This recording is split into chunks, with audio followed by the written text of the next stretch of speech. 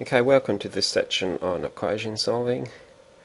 In this section we're going to solve worded type problems, learn how to write an equation from it. So part of this is understanding that the operators can be described in a number of ways with different words. You need to come to grips with that a bit. Likewise here, minus can be called lots of different things in worded type problems. Multiplication likewise. This is not a complete list, of course, but it gets you thinking about lots of ways that operators can be called. Here we've got division.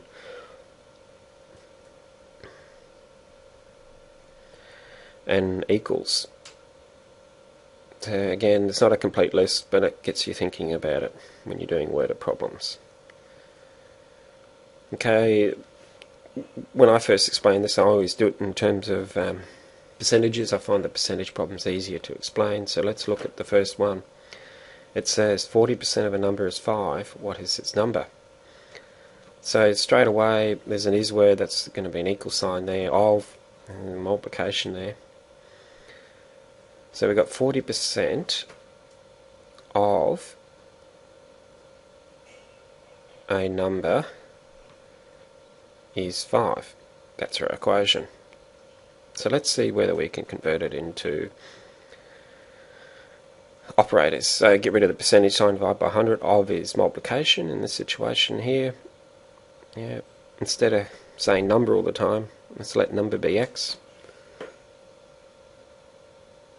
So 0.4 times x is equals 5. So we've got our equation here. Now we can just solve for x by using our mirror method. So here x would be 12.5.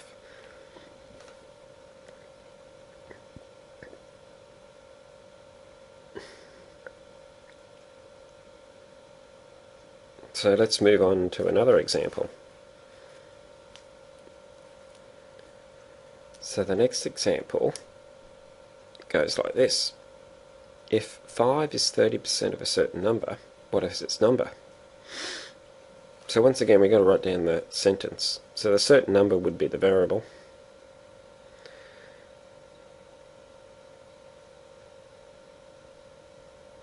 So 30% of a certain number is 15. That's one way we could say that.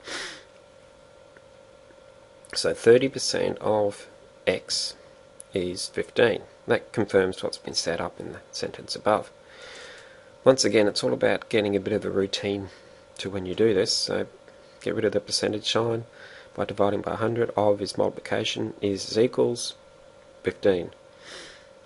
Now to solve by dividing by 0.3.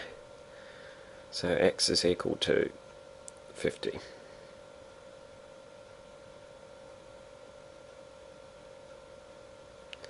So once again, it is a matter of reading for what it is. Let's move on to another example. A student bought a bicycle at the beginning of the year, sold it later for 40% more than what she bought it for. If she sold it for $112, how much did she originally pay for it? So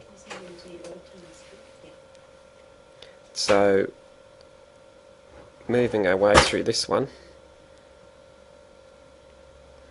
the 40%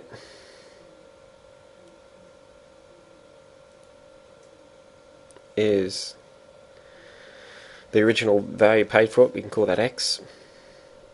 The 40% increase, really it's 140% of the original amount paid.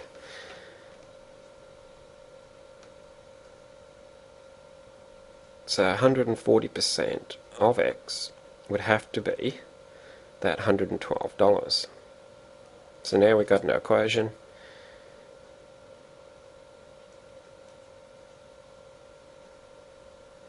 Is equals.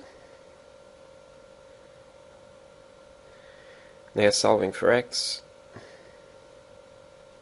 So dividing by 1.4.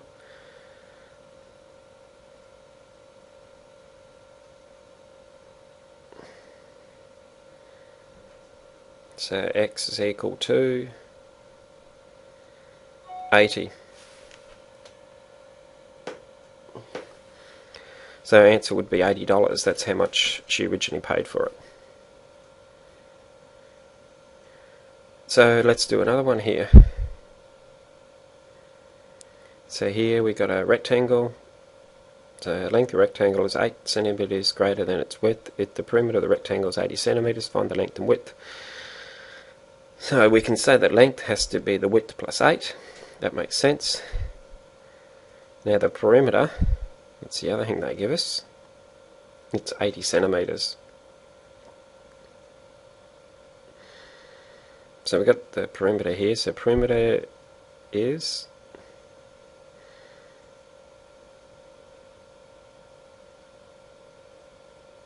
there we are.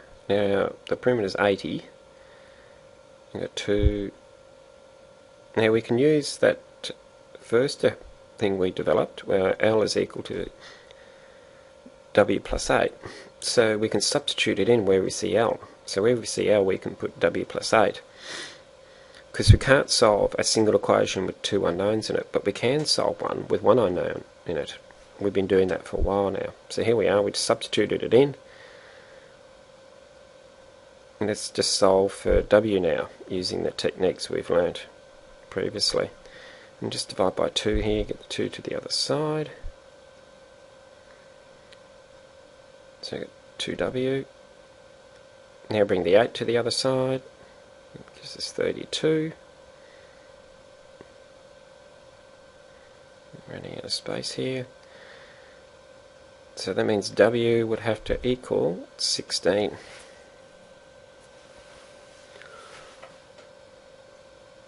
So once we got our width, we can calculate our length. Remember, it's 8 centimeters more, so we just add 8 to 16.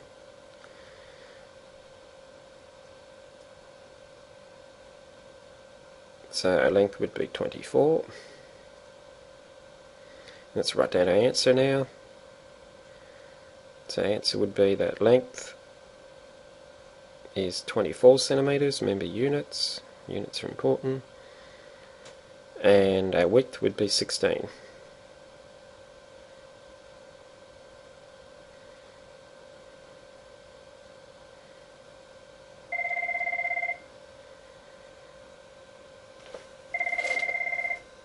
So here's exercises here for you. Remember to pause and watch, and hopefully that will be all you need.